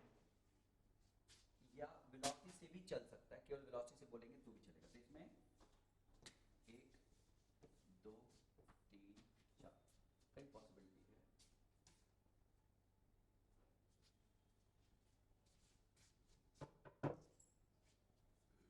देखना बच्चों, वेलोसिटी ऊपर है और डिक्रीजिंग है, या पहले इंक्रीजिंग बता रहा हूँ, टेढ़ा ही बताऊंगा पहले ना, इंक्रीजिंग, सॉरी इंक्रीजिंग। वेलोसिटी ऊपर और क्या है? वेलोसिटी ऊपर है और डिक्रीजिंग, वेलोसिटी नीचे है और इंक्रीजिंग है, वेलोसिटी नीचे है और डिक्रीजिंग है, या वेलोसिटी कांस्टेंट। सही है? ये हो सकता है सारा। तो ऐसा दे देगा, बच्चे कंफ्यूज रहते हैं कि क्या, हाँ एक्सेलरेशन क्या हो गया। तो वेलोसिटी ऊपर इंक्रीजिंग है, तो फोर्स किधर लग रहा होगा? बोलो, कोई चीज ऊपर जा रही है और स्पीड बढ़ती जा रही है, कैसे? वो नीचे लग रहा होगा, ऊपर ही लग रहा होगा ना? फोर्स कहाँ लग रहा होगा? और फोर्स ही कौन होता है? इसका मतलब एक्सेलरेशन किधर होगा? यही करना है और कुछ नहीं करना है, जैसा बोल रहे हैं यही करना है, जैसे बोल रहे हैं जैसे चार्ट बनाया यही देखना है। वेलोसिटी ऊपर है, डिक्रीजिंग है, वेलोसिटी ऊपर, कोई चीज ऊपर जा रही है, तुम टांग पकड़ के खींच रहे हो तो डिक्रीजिंग होगी ना, तो फोर्स किधर लग रहा है? यानी एक्सेलरेशन की डायरेक्शन नीचे है, नीचे है और इंक्रीजिंग है, कोई चीज नीचे आ रही है और इंक्रीज कर रही है, इसका मतलब कहाँ लग रहा है? नीचे। पक्का?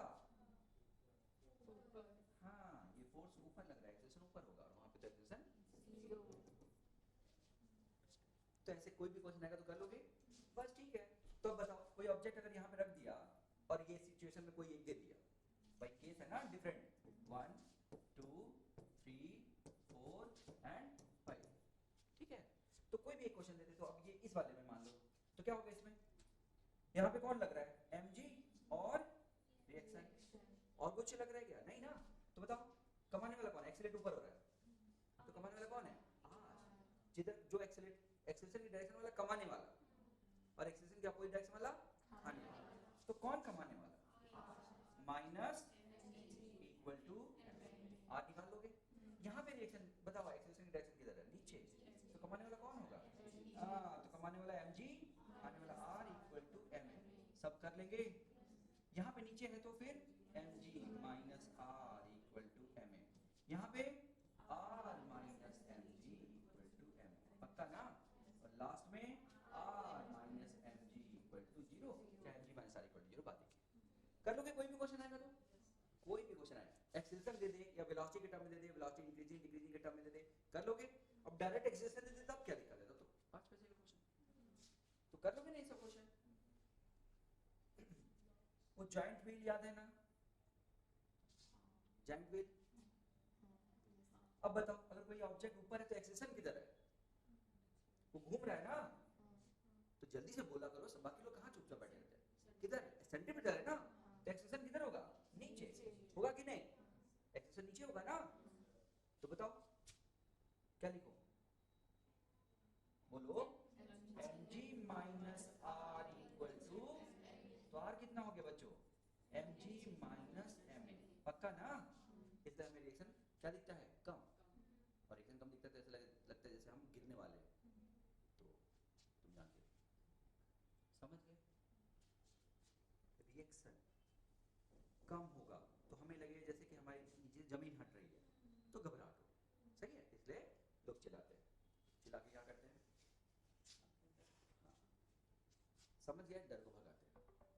कोई दिक्कत, तो मैं समझता हूं हो गया रिएक्शन, ठीक है। चलो अब क्या है, friction.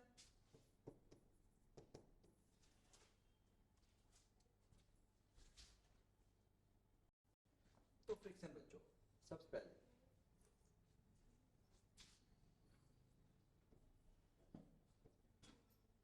Friction is bond, bond ना, जेम्स बॉन्ड नहीं ना, टेम्पररी बॉन्ड।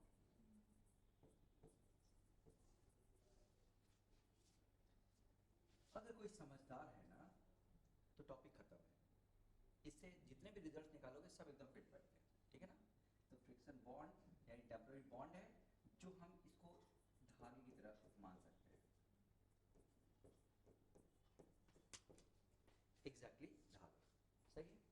लेकिन हम अपने किसी क्वेश्चन में धागा लेते हैं तो हम ये नहीं मान के चलते कि वो टूटेगा, यहाँ पे धागा टूटता है लेकिन टूटते ही फिर से बन भी जाता है, सही ना।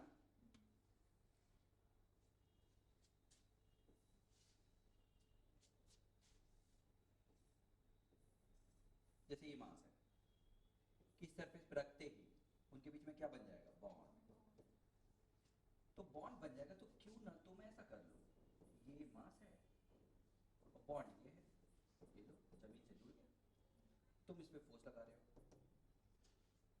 सही है। मान लो इस धागे की औकात, धागे की जो कि म्यू आर कहलाता है, म्यू आर मतलब धागे की औकात जहां पे वो टूट जाएगा, म्यू आर उस धागे की औकात है, सही। तो धागे की ये औकात, बस जैसा बोल रहा हूं उतना सुनना, इससे ज्यादा लगाओगे तो टूट जाएगा, टूट के नया बनेगा, फिर टूटेगा, फिर नया बनेगा, और ये कंटिन्यूअस चलता रहेगा, सही। यानी मान लो एग्जांपल के लिए ये 10 न्यूटन है, कितना न्यूटन है, अब यहाँ पे मैं फोर्स लगा रहा हूं, फोर्स अगर मैं 1 न्यूटन लगाऊं तो क्या होगा, धागा नहीं टूटेगा, बॉडी मूव नहीं करेगी, तो फ्रिक्शन कितना होगा, 1 न्यूटन, यानी F, इसमें टेंजेंट T मान लें, F और यहाँ पे T, T मतलब फ्रिक्शन फोर्स, T मतलब हाँ, फिर म्यू आर नहीं, फ्रिक्शन मतलब म्यू आर नहीं होता है, ध्यान रखना, पहले बोल रहा हूँ, फ्रिक्शन मतलब म्यू आर नहीं। अरे तुम समझ गए?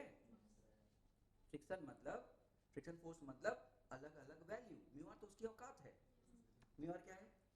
औकात मतलब मैक्सिमम वैल्यू। सही से सो रहे क्या तुम लोग? लंबी सांस लो, गंदी वाली सांस।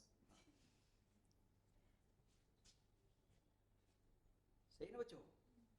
एफ क्या है? अप्लाइड। टेंशन कौन किसको रिप्रेजेंट कर रहा है? Friction, friction force. और फ्रिक्शन फोर्स म्यू आर नहीं होता, वो लिमिटिंग है, लिमिट है उसकी, मैक्सिमम वैल्यू है वो। समझ गए? 11th वालों को ऐसे ही पढ़ाया हुआ ऐसे, और उनको तो तुम जान रहे हो 1 घंटे में एक फ्रिक्शन ना। उसके बाद ये भी आंसू एक दिन पूछ रहे थे कि फ्रिक्शन कितना होता है, सब म्यू आर जल्दी से बोल दिए। अरे म्यू आर नहीं होता है भाई, फ्रिक्शन की औकात म्यू आर है, बोल मत देना। ऐसे ही आएगा तो लिख दोगे फट से। तो अब बताओ, अगर मैं 1 न्यूटन लगाऊं तो फ्रिक्शन भी 2 न्यूटन, 9 न्यूटन, 9.9999, जब तक टूटेगा नहीं। जैसे ही लगाया 10, चिल्ला के बोला 10, जैसे ही लगाया 10.00001, वैसे बोला कुछ और, म्यू के आर कितना, यही ना? यानी यानी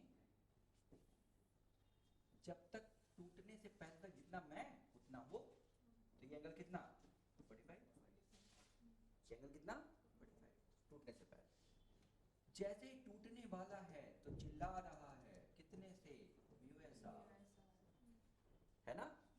और उसके बाद अचानक टूट के कम हो जाता है और कांस्टेंट हो जाता है, क्योंकि बनता है टूटता है, बनता है टूटता है, कांस्टेंट होता है। तो कितना हो जाता है? म्यू के आर। सबको पता है ना? काम। अब ये भी प्रॉपर्टी है मटेरियल की, ये भी प्रॉपर्टी है मटेरियल की, दो मटेरियल जो कांटेक्ट में उनकी प्रॉपर्टी है, सही ना? कि दो मटेरियल अगर कॉपर टू कॉपर रखेंगे तो ये फोर्स बहुत बड़ा होता है, ज्यादा होता है, कॉपर टू कॉपर म्यू ज्यादा होता है 1.6 के आसपास। कंक्रीट और रबर का जो अच्छी कार जो होती है, जो हाई लेवल के जो रबर यूज किए जाते हैं टायर में, उसका 1 होता है। साइकिल वाइकिल का थोड़ा गड़बड़ रहता है, ओला का थोड़ा और गड़बड़ है, समझ गए? जल्दी से रखती है तो उसने पैसा बचा लिया, मतलब 0.6 0.7 कुछ होगी जो भी, समझ गए? तो ये सिंपल।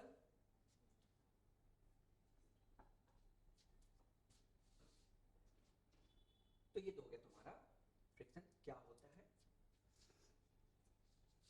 सॉल्व करते समय ये पूरी स्टोरी नहीं देखोगे तो गलत हो जाएगा।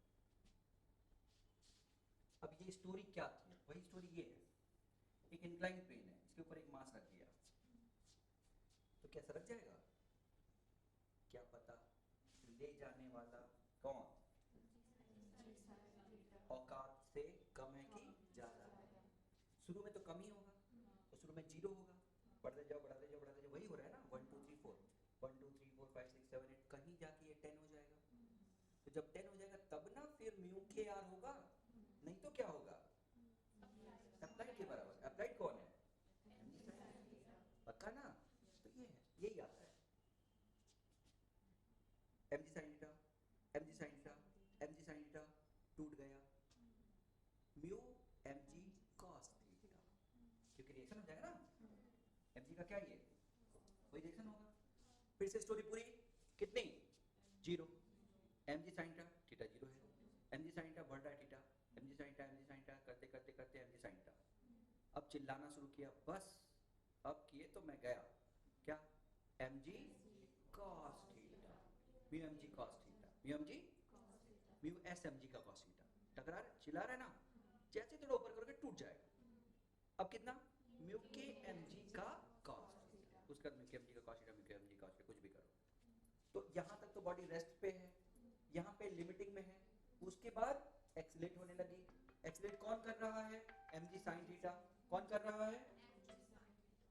और और हेलो, हाँ बोलो, हाँ थोड़ी देर और।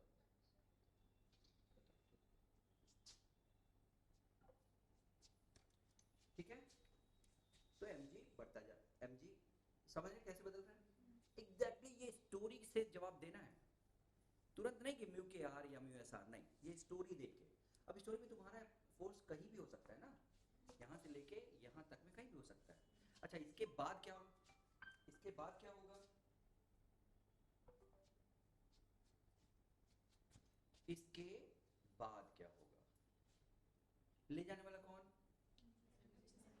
एम जी साइन थीटा, रोकने वाला कौन, म्यू एम जी कॉस वो वाला थीटा जहां पे ये सरकना शुरू किया, क्योंकि उसके बाद थोड़ी बढ़ना से लगेगा mu m g cos theta, नहीं समझे, बढ़ेगा क्या, फ्रिक्शन तो कांस्टेंट हो जाएगा ना, नहीं नहीं नहीं म्यू के, हाँ सॉरी सॉरी सॉरी क्या बोल रहा है, वापस वापस, ये कब तक, mu mu s m g cos theta के बराबर कौन है, एम जी साइन थीटा, आराम से इसको देख लिख लेते हैं ना, हवा में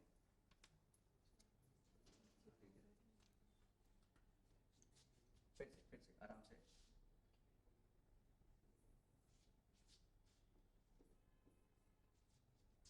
देखो बच्चों, यहाँ पे जब जस्ट सरकने वाला है उसको हम कहते हैं फ्रिक्शन एंगल, क्या कहते हैं, तब ये क्या है, m g sine theta f, यही है ना, इस समय, और उस समय ये म्यू एम जी लिमिटिंग है ये, और दोनों बैलेंस है, कितने हैं, बैलेंस, सही है, समझ गए। तो यहाँ पे बैलेंस जस्ट बैलेंस है, लेकिन अगर टूट जाए, यहीं पे टूट जाए, अब इसके बाद देखो, अब इसके बाद तुम और एंगल बढ़ा रहे हो कि यहीं पे टूट जाए, थोड़ा सा जैसे धक्का देके छोड़ दिया, टूट जाए, तब क्या होगा, ऐसे आया यहाँ पे, और थोड़ा सा धक्का देके तुमने छोड़ दिया, थोड़ा सा धक्का दे दिया, तोड़ दिया, तोड़ते ही ये तो कम हो जाएगा, अरे भाई ये तो, सॉरी तोड़ते ही ये कितना हो जाएगा, म्यू के, क्या हो जाएगा, अभी ये कौन है, ध्यान से, आराम से, फिर से एक बार और, क्या तुम्हें समझ में आ रहा है कि यहाँ तक m g sine theta mu s m g cos के बराबर हो गया, लेकिन एकदम वर्ज ऑफ ब्रेकिंग है, थोड़ा सा इसको सपोर्ट देके तुमने तोड़ दिया, सपोर्ट देके मतलब अपनी तरफ से बाहर से कोई फोर्स लगा दिया, थोड़ा सा नेग्लिजिबल, सही, तो टूट गया, तो क्या एंगल बदला मैंने, इसी एंगल के लिए, इसी एंगल के लिए, अगर फॉर रेस्ट, सेम एंगल के लिए फॉर रेस्ट, तब तो m g sine theta friction equal to mu m g cos theta friction, ये तो हो गया ना रेस्ट के लिए। लेकिन किसी तरीके से अगर तुमने मोशन दे दिया, ठीक है ना, तो फॉर मोशन, अब बताओ क्या वो कांस्टेंट एक्सेलरेशन चलेगा या एक्सीलरेट होगा, तुम फील नहीं कर पा रहे हो मेरी बात, फिर से सुनो, अभी तक रेस्ट पे था, तो रेस्ट पे था तो ये था, लेकिन तुमने थोड़ा सा सपोर्ट देकर उसको तोड़ दिया, धागे को टूट गया धागा, तो ले जाने वाला तो अभी भी ये है, लेकिन टूटते ही रोकने वाला कम हो गया, म्यू के एस हो गया, कितना हो गया, मेरी बात समझ में आई, टूटते ही कितना हो गया, यानी जब तक नहीं टूटा था तब तक म्यू एस था एम जी कॉस थीटा है ना, टूटते ही म्यू के एम जी कॉस थीटा हो गया, हुआ कि नहीं, जबकि ले जाने वाला अभी भी कितना है, जो किसके बराबर है, आराम से आराम से आराम से, फिर से वापस, इस समय ये इसके बराबर है, और जैसे मैंने सपोर्ट देके तोड़ दिया, तो वैसे ये कितना कम हो गया, ये कम हो गया म्यू के एम जी कॉस थीटा, हुआ कि नहीं, लेकिन ये कितना है, म्यू ये इसके बराबर है, तो इसका मतलब बॉडी एक्सीलरेट हो जाएगी, तो कितने से एक्सीलरेट होगी, mu s m g cos theta friction minus mu के m g cos theta friction upon m से एक्सीलरेट होगी कि नहीं, ये इसी समय टूट गया धागा, तो ये क्वेश्चन आता है, उसके बाद अभी रहने दो, अभी ये हो गया, आराम से, ये समझ में आ गया, ये उसी समय है जब रुका हुआ था, लेकिन मैंने बाहर से फोर्स लगा के उसको तोड़ दिया, तोड़ते ही ले जाने वाला, क्योंकि पहले म्यू एस एम जी था, तो अभी भी म्यू एस एम जी है, लेकिन रोकने वाला म्यू के एम जी थोड़ा कम हो गया, अपने आप को उसने कम कर लिया, कितना कर लिया, म्यू के m g cos theta f कर लिया, कम कर लिया, तो ले जाने वाला उतना ही रहा, लेकिन रोकने वाला कम कर लिया, तो नेट फोर्स लग गया, जिससे बॉडी क्या होने लगी, एक्सीलरेट, तो ये क्वेश्चन आएगा तो भूलोगे तो नहीं ना, ये समझ रहे हो ना कहाँ का क्वेश्चन है, जब हम इसको ऊपर बढ़ा रहे हैं, टूटने वाला है और तोड़ दिया, के बीच का डिफरेंस है ना। उसके बाद अब उसके आगे जाओगे तो फिर फिर क्या होगा, इसके बाद इस समय जस्ट टूटा, इसी समय जब थीटा किसके बराबर हो, थीटा एफ, तभी का है ये, लेकिन बॉडी मूव कर गई, ये कितना है, थीटा थीटा एफ के बराबर, लेकिन किस पे हो, रेस्ट पे हो, तब का है। तो रेस्ट पे हो तब का है, और उसी एंगल पे जब मोशन में हो तब का है। दोनों में अंतर समझ आ रहा है। लेकिन मोशन में आने के लिए हमें बाहर से कोई फोर्स देना पड़ेगा जिससे धागा टूट जाए। अब उसके अलावा theta greater than theta F, अब के लिए क्या है, फिर तो वही कमाने वाले को कितना बच्चों, mg sin थीटा, खाने वाला म्यू mg cos थीटा, है ना, अपॉन m हो जाएगा। ये बात का है। उसके बाद क्योंकि थीटा बदल गया तो अब फ्रिक्शन एंगल से कुछ लेना देना नहीं, याद रहेगा, कर लोगे ये सब। तो ये फ्रिक्शन के बारे में थोड़ा अलग लेवल का, ठीक। अब फ्रिक्शन तुम बताओ, इसको क्या कहते हैं, स्टैटिक फ्रिक्शन, इसको क्या कहते हैं, लिमिटिंग, इसको कहते हैं काइनेटिक फ्रिक्शन। कभी भी क्वेश्चन पूछे कि फ्रिक्शन कितना, तो तुम स्टोरी में कहां की बात कर रहा है वो पहले देखोगे, आंसर नहीं बताओगे, देखोगे कि स्टोरी में कहां की बात कर रहा है, स्टैटिक की बात कर रहा है, लिमिटिंग की बात कर रहा है या काइनेटिक की बात कर रहा है, कहां की बात कर रहा है, उसके हिसाब से जवाब दोगे। फ्रिक्शन एक अच्छा टॉपिक है अगर फंसाना चाहे तो, ठीक है, फंसाना चाहे तो अच्छा टॉपिक, क्वेश्चन को बना के, सही है। तो मेरे ख्याल से स्टोरी सबको आ गई समझ में, है ना, ठीक है, बस बाकी तो कुछ खास है नहीं। फ्रिक्शन हो गया, स्यूडो फोर्स के बारे में बता देते हैं, उसके बाद फिर कल देख लें, कर लेंगे, और कल ऑनलाइन कर लें, खत्म तो कर लेंगे। टेस्ट थर्सडे को है क्या, तो ठीक है, फिर मंडे को भी कर सकते, कोई दिक्कत नहीं, ठीक है। कल टेस्ट है नहीं है ना, तो एक फुल सिलेबस टेस्ट भेज दूंगा, दे देना, सही ना।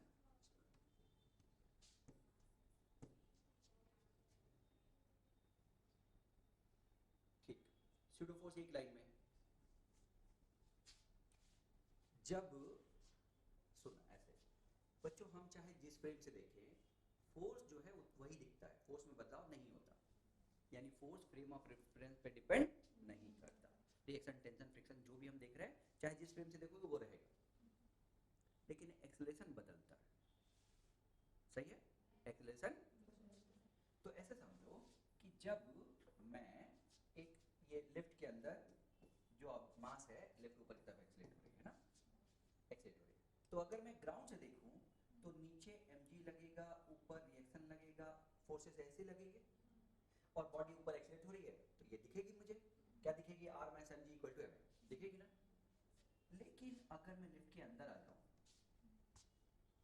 तो फोर्स तो उतना ही दिखेगी, लेकिन एक्सेलरेशन नहीं दिखेगी। तो वही इक्वेशन जो यहां से सही दिख रहा था, वही इक्वेशन अब गलत दिख जाएगा। भाई यहां से देखने में क्या दिख रहा था, r minus mg equal to m, यानी यहां से दिख रहा था कि r mg से ज्यादा है, दिख रहा था कि नहीं। लेकिन जब अंदर आए, अंदर से इसको दिख रहा है, ये इसको दिख रहा है, लेकिन इसको क्या दिख रहा है, r इक्वल टू mg, क्योंकि एक्सेलरेशन तो दिख ही नहीं रहा है, तो गलत दिख रहा है ना। इस गलत को सही बनाने के लिए हम एक स्यूडो फोर्स लगाते हैं, समझे। ये हमें पता है कि हमें गलत दिखता, जब हमें पता है कि हमें गलत दिखता है तो उसको सही बनाना है कि सही दिखे, इसके लिए हम क्या लगाएंगे, तो इसको करेक्ट करने के लिए, तो करेक्ट। अब क्या करेंगे, कैसे स्यूडो फोर्स लगाएंगे, जो लग रहा था mg लगने दो, जो रिएक्शन लग रहा था लगने दो, एक्सेलरेशन 0 दिख रहा था दिखने दो, जैसा दिख रहा है वैसा ही देखो, लेकिन स्यूडो फोर्स के साथ देखो। कहां लिखा है, हाँ गीता में क्या लिखा है, जैसा दिखता है वैसा ही देखो, यानी ये नहीं, मैं क्यों बोल रहा हूं ये, कई बार बच्चे ना अंदर से देख के और बाहर वाला वो तो एक्सीलेट हो रहा है ऐसा सोचने लगते हैं, नहीं, जो दिख रहा है वही देखो। ये नहीं कि अंदर जाके बाहर वाले देख के पहले चले हाँ एक्सीलेट हो रहा है, फिर अंदर जाके हाँ एक्सीलेट हो रहा है, ऐसा नहीं करना है। जो दिख रहा है अंदर से वही देखो, नहीं तो तुमने तो दो काम कर लिया, यानी तुम एक्चुअल में खड़े अंदर हो लेकिन देख कहां से रहे हो, बाहर से, ओ ऊपर एक्सीलेट हो रहा है। वैसा नहीं करना है कि बाहर से आके देख लिया कि एक्सीलेट हो रहा है, फिर अंदर जाके सोच रहे कि हाँ एक्सीलेट तो हो ही रहा है, नहीं, तब तो गड़बड़ हो गया, क्योंकि तुम तो वही कर रहे हो जो ग्राउंड के रिस्पेक्ट में है, लेकिन अंदर से कर रहे हो तो गलत हो जाएगा ना, स्यूडो फोर्स भी लगा रहे हो, गलत हो गया। तो या तो फिर ग्राउंड से करो, सारा क्वेश्चन ग्राउंड से ही कर लो, मत स्यूडो फोर्स का कॉन्सेप्ट ही छोड़ दो। लेकिन अंदर से अगर देखना है तो फिर ग्राउंड वाला मत देखो, अंदर से जो दिख रहा है वही देखो, और अंदर से मुझे क्या दिख रहा है, ये रिएक्शन दिख रहा है, एनर्जी दिख रहा है, और रेस्ट पे दिख रहा है, लेकिन किसी साथ देखो, तो ये तो हो गया स्यूडो फोर्स कब लगाते हैं और किधर लगाते हैं। मेरे यानी ऑब्जर्वर के एक्सेलरेशन के अपोजिट, ऑब्जर्वर कौन है अंदर, उसका एक्सेलरेशन किधर है ऊपर, तो उसके अपोजिट, खत्म। कितना, जिसका देख रहे हो उसका मास और मेरा एक्सेलरेशन, खत्म। यानी ऑब्जर्वर का एक्सेलरेशन, एक्सेलरेशन ऑफ क्या, ऑब्जर्वर, और यहाँ पे mass of object and acceleration of observer. यहाँ पे देखने पे ऑब्जर्वर का एक्सेलरेशन बॉडी के एक्सेलरेशन के बराबर है, लेकिन मान लो मैं किसी और फ्रेम पे रहता तो अलग हो जाता ना, तो वो ध्यान रखना ना। ऐसा नहीं कि हमेशा किसी के ऊपर ही रहोगे ना फ्रेम, मतलब तुम्हारा एक्सेलरेशन और उसका एक्सेलरेशन सेम हो जरूरी तो है नहीं, वो तुम कहीं और भी हो सकते हो किसी और फ्रेम पे, तब ये ध्यान रखना ना। क्या ये सबको समझ में आया? तो केवल किसी भी फोर्स को पढ़ने के लिए दो ही चीज तो चाहिए ना, कितना और किधर। तो किधर, ऑब्जर्वर के एक्सेलरेशन के अपोजिट, और कितना, मास जिसको देख रहे हो, एक्सेलरेशन मेरा ऑब्जर्वर का अपोजिट। अब देखो, और रेस्ट पे दिख रहा है ना, क्या दिख रहा है, तो रेस्ट पे ही देखो। तो अब रेस्ट पे देखने के लिए दोनों फोर्स बैलेंस होने चाहिए ना, तो R will be equal to what, mg plus m। होगा कि नहीं बच्चों? ये देखो सही वाला आ गया ना, गलत वाला हल। तो अगर मैं एक्सेलरेटिंग फ्रेम से देखता हूं तो मैं गलत ऑब्जर्व करता हूं, और जो गलत ऑब्जर्व करता हूं उसको सही करने के लिए मैं स्यूडो फोर्स लगाता हूं। स्यूडो फोर्स लगाने से मुझे सही दिखने लगता है, जो सही है वो दिखने लगता है। तो स्यूडो फोर्स क्यों लगाते हैं, क्लियर हो गया? यही स्यूडो फोर्स जब सर्कुलर मोशन में लगाते हैं तो सेंट्रीफ्यूगल कहलाता है। सेंट्रीफ्यूगल कोई फोर्स नहीं होता। वहां पे जब तुम कोई प्लेटफॉर्म घूम रहा है तो ऑब्जेक्ट अंदर एक्सीलरेट हो रहा है, अब उसी के बगल में तुम भी खड़े हो जाओ तो तुम भी एक्सीलरेट हो रहे हो, तो ये जो तुम्हारा एक्सीलरेशन है अंदर की तरफ, उतना एक्सीलरेशन बाहर की तरफ लगेगा ना स्यूडो फोर्स की तरफ, वो तुम्हें दिखता है जब तुम प्लेटफॉर्म पे खड़े रहते हो, जिसको हम सेंट्रीफ्यूगल फोर्स कहते हैं। कोई प्रॉब्लम, याद रहेगा? हो गया? तो ये हो गया लगभग, ठीक है ना। थोड़ा सा कंस्ट्रेंट मोशन पढ़ा दूंगा, पिछली बार नहीं पढ़ाया था तो थोड़ा पढ़ा दूंगा, एक दो छोटे छोटे क्वेश्चंस, तो कल खत्म हो जाएगा, है ना, 1 घंटे में। तो आज ही मैं चाह रहा था